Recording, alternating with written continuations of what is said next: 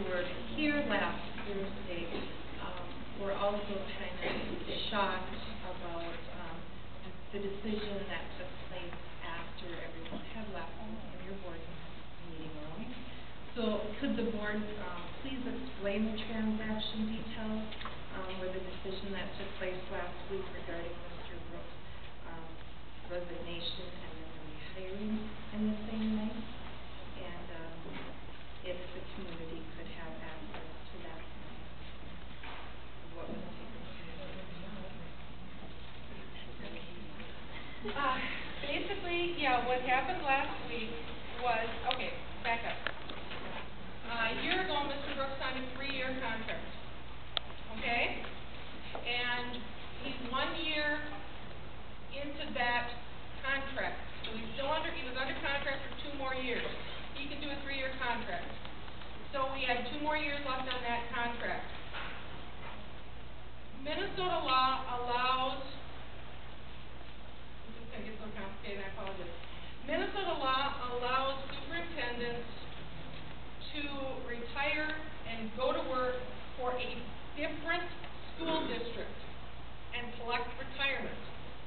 I actually discussed this with Mr. Brooks a couple years ago because I heard that at a seminar and I came back and said, you can retire. And he said no, because he could not work here.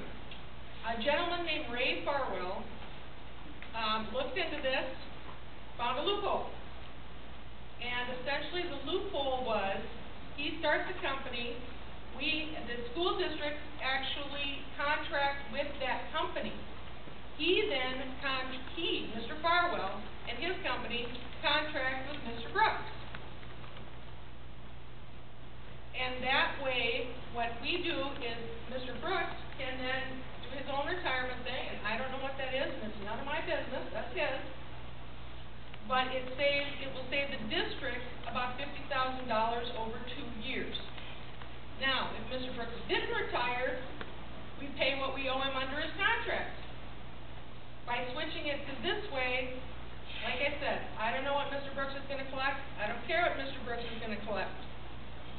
Okay? What I know is that the district is going to save some money. And that's what took place last week.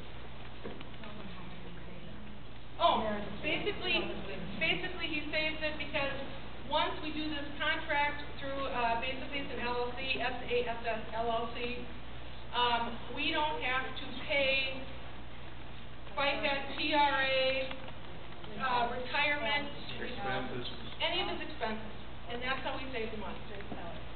Yeah, I got a question on that for one quick question. What is your options with Mr. Farwell in regard to out option of your agreement with him? It's either 30 or 60-day notice. So either way, give a 30 or 60-day notice. I can't remember if it's 30 or 60.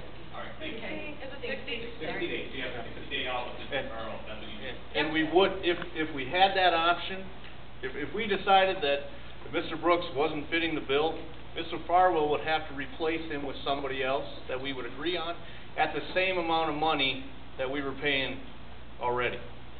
Thank you. So.